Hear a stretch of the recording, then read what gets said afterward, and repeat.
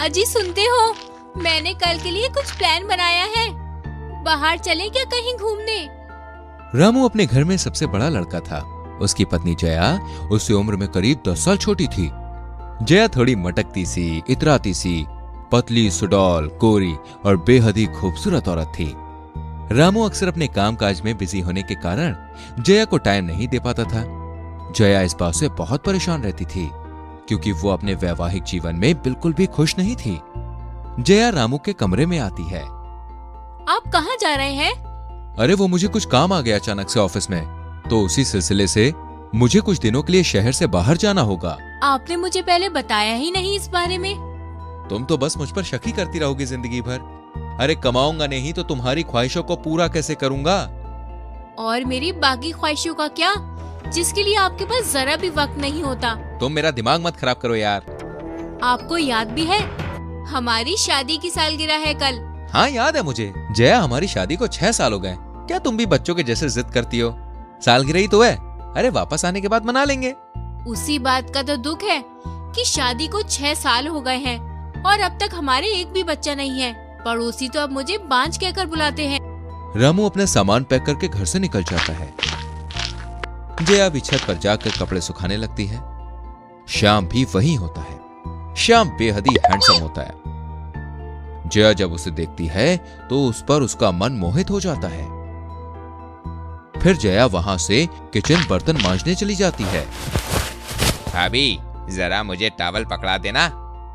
खुद से आकर ले लो। मैं इस घर से परेशान हो चुकी हूँ। नौकर जैसे सुबह से शाम खुद को पीसो और ये सब सहने और सुनने को मिलता है। अरे अरे क्या हो गया भाभी? इतना क्यों चिड़चिड़ा रही हो? भैया से झगड़ा वगड़ा हो गया है? तुम्हारे भैया के पास तो मुझसे झगड़ा करने का भी समय नहीं होता है। हटो, जाने दो, मुझे बहुत सारा काम है। श्याम की गंदी नजर अपनी भाभी पर बहुत सालों से थी। जब से रामू की शादी हुई थी तब से जया भी श्याम से अट्रैक्टेड थी।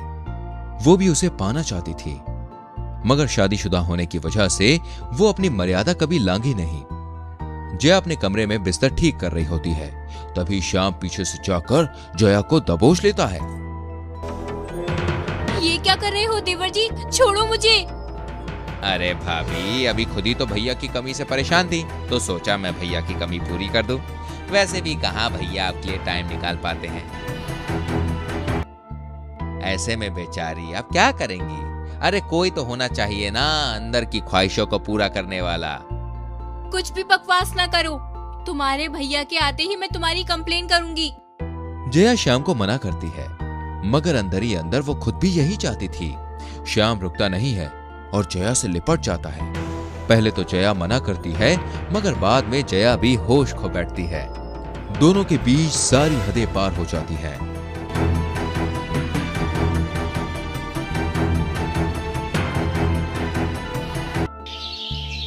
सुबह होते ही जब जया की नींद खुलती है तो वो परेशान हो जाती है।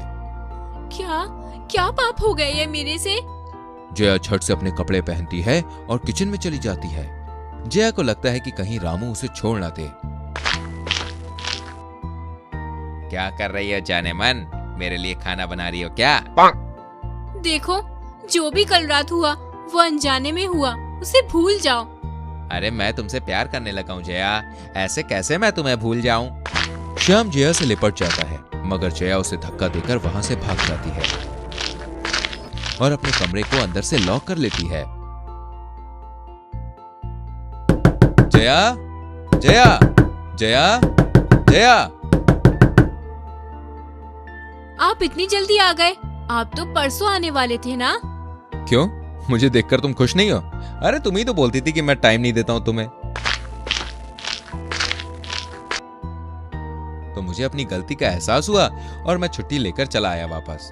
वैसे भी आज हमारी शादी की सालगिरह है। देखो, मैं तुम्हारे लिए कुछ उपहार लेके आया हूं, जिसे देखकर तुम खुशी के मारे नाचने लगोगी और अपनी सारी शिकायतें भूल जाओगी। क्या है, बताओ ना। अरे बताऊंगा बताऊंगा, थोड़ा सब्र रखो।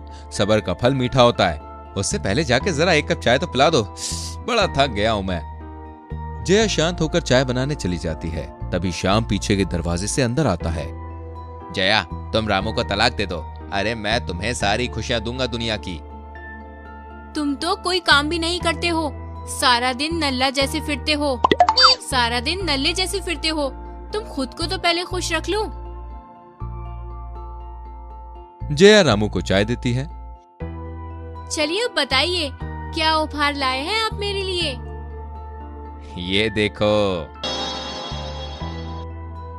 वाव, ये देखो। वाव, ये कितना प्यारा डायमंड सेट है। ये तो मुझे हमेशा से चाहिए था। अरे पागल, इसीलिए तो कई दिनों के लिए मैं शहर से बाहर गया था। जया रामू की बात सुन के भावुक हो जाती है। उसे अपनी गलती का एहसास होता है, मगर अब काफी देर हो चुकी होती है। रामू को उस रात के बारे में बता नहीं सकती थी। वो रामू को खोना ही नहीं चाहती थी। अरे अब तो खुश हो ना? बहुत। जया रामू से गले मिलती है। जया डायमंड सेट लेकर अपने कमरे में चली जाती है। श्याम ये सब चुपके से देख रहा होता है। उसे जया का रामू के करीब आना बिल्कुल भी अच्छा नहीं लगता। श्याम अब हर रोज जया को परेशान करने लगता है और उसके साथ जबरदस्ती करने लगता है। जया, मैं तुमको आखिरी बार बता रहा हूँ, अगर तुम रामू को तलाक नहीं देती हो तो मैं उसे सारी बातें बता दूंगा। जो भी हमारे बीच उस रात हुआ, तुम रामू के करीब कैसे आ सकती हो?